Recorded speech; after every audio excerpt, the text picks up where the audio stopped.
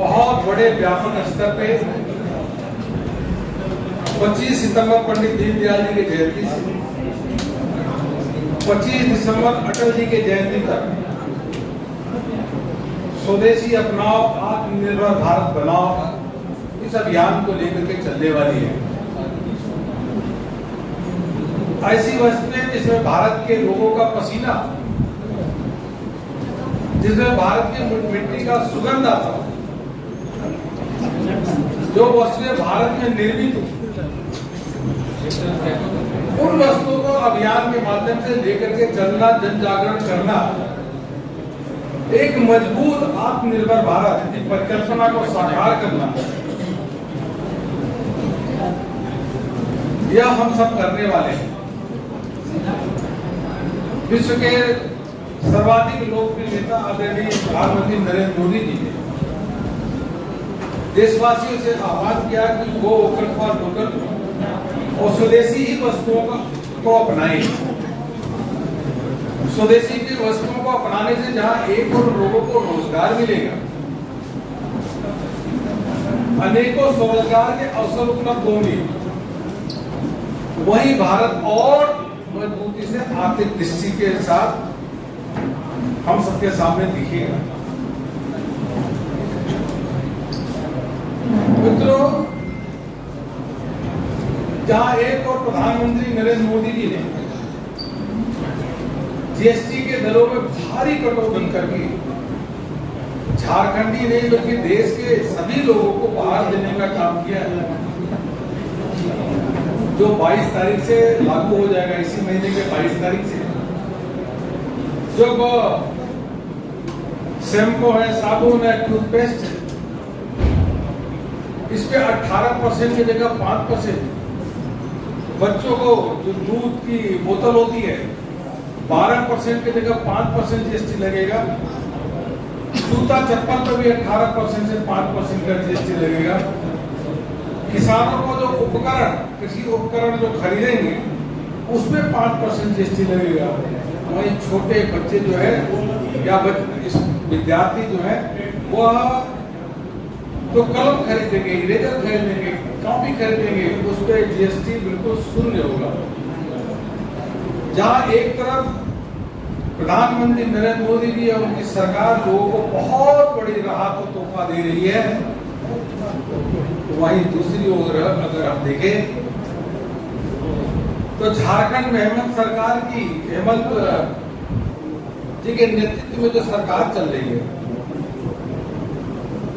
उसमें चारों ओर अवैध खनन, शराब घोटाला, बिजली में लगातार कटौती, सड़क में गड्ढे हैं कि सड़क गड्ढे में सड़क है पता नहीं चलता। पूरे झारखंड में विकास का काम रुक गया है। झारखंड की जनता रो रही है। नक्सलवादियों की समस्या यहाँ बढ़ रही है। जब हमारी सरकार थी तो यहाँ से लगभग समाप्त हो गया था नक्सल की समस्या है। अब धीरे धीरे यहाँ पे बढ़ना शुरू हो गई। और तो कानून व्यवस्था की स्थिति है कि सूर्या हंसदा जो पत्थर माफियाओं के खिलाफ आवाज उठाते हैं, जो भ्रष्टाचार के खिलाफ आवाज उठाते हैं, ऐसे सामाजिक कार्यकर्ता की हत्या कर दी जाती है। इससे लोग बहुत आक्रोशित हैं कि अगर सरकार के भ्रष्टाचार के खिलाफ, माफियाओं के खिलाफ अगर आवाज उठाओगे तो आपकी हत्या कर दी जाएगी। इसकी हम कठोर निंदा करते हैं और भारतीय जनता पार्टी के कार्यकर्ता भी पूरी तरीके से इस मुद्दे को आगे लेकर के चल रहे हैं और सरकार को चैन की नींद नहीं सोने देंगे। माइनिंग धस जाती है, उसके अंदर जो गरीब मजदूर है वो दब जाते हैं। आवास बनाने में कितनी दिक्कत आ रही है।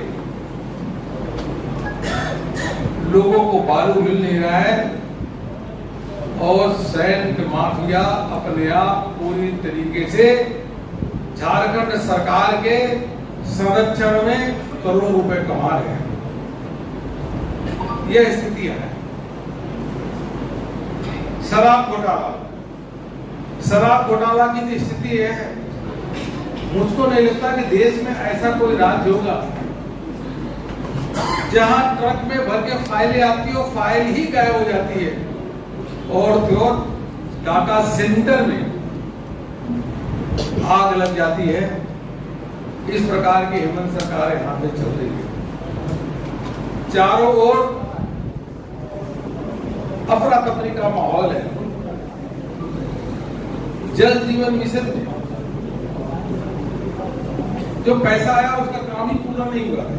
पूरे देश भर में सबसे फिसदी, सबसे निचले स्तर पे अगर काम को कंप्लीट करना जल जीवन मिशन में किसी का नाम आता है तो झारखंड में यहाँ की सरकार है, सरकार की। मित्रों, यहाँ लगता ही नहीं कि कानून का राज है। जंगल राज, चारों ओर जंगल राज ही है। और हमने देखा कि जंगल राज तभी होता है जो सरकार का कानून की राज स्थापित करने में कोई उसका इंटरेस्ट नहीं है। हम तो आनंद से रहेंगे लेकिन कानून व्यवस्था को ठीक नहीं करेंगे। अब युवाओं को बोला था कि रोजगार देंगे, 5 लाख रोजगार। आज भी युवा ढूंढ रहे हैं कि रोजगार के पत्र कब उनको मिलेंगे। केंद्र सरकार ने यूरिया दिया, लेकिन यूरिया की ब्लैक बाजारी, मैया सम्मान योजना में जो कमिटमेंट किया था, उस कमिटमेंट को भी पूरा नहीं कर रहे। 4 महीने, 5 महीने, 6 महीने बाद लोगों को पैसा दे रहे हैं। वो अभी 50 लाख के जगह 30 लाख की संख्या कर दी गई।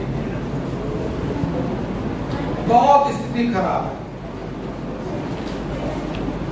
जैसा मैंने कहा कि एक और प्रधानमंत्री नरेंद्र मोदी जी किसानों की, गरीबों की अनेकों योजनाओं के माध्यम से, प्रधानमंत्री आवास योजना से लेकर के आयुष्मान भारत के कार्ड से लेकर के अनाज देने के साथ साथ जीएसटी में भारी कटौती करके जहां एक तरफ लोगों को लाभ दे रहे हैं, वही दूसरी ओर सरकार, प्रदेश सरकार झारखंड में जो है वह पूरी तरीके से विफल है। जो स्थानीय सामान है, मतलब झारखंड में निर्मित सामान है, पहले उसकी प्राथमिकता के आधार पर उपयोग करना चाहिए, नंबर 1।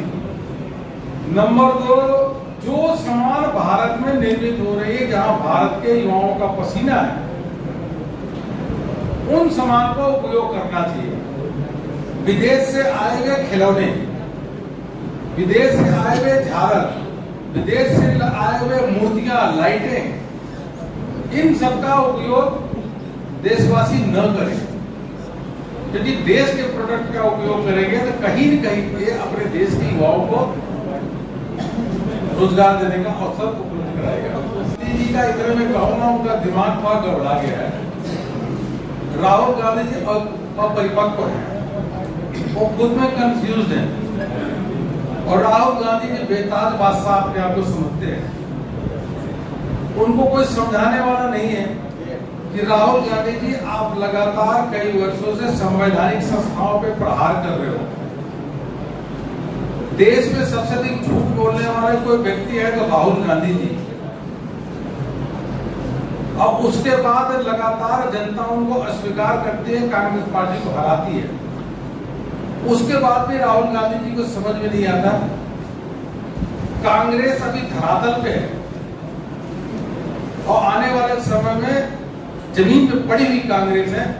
आने वाले समय में कांग्रेस बिल्कुल पाताल में चली जाएगी राहुल गांधी जी के नेतृत्व में, और 25-30 साल तक कांग्रेस कहीं दिखने वाली नहीं है। इस प्रकार से राहुल गांधी जी काम कर रहे हैं। और आने वाले समय में कांग्रेस पाताल में चली जाएगी, कहीं पता ही नहीं होगा। जो आरजेडी उनका साथ दे रही है, आरजेडी भी साथ दे रही है। वहां पर शुद्ध रूप से एनडीए की सरकार प्रचंड बहुमत के साथ बनी।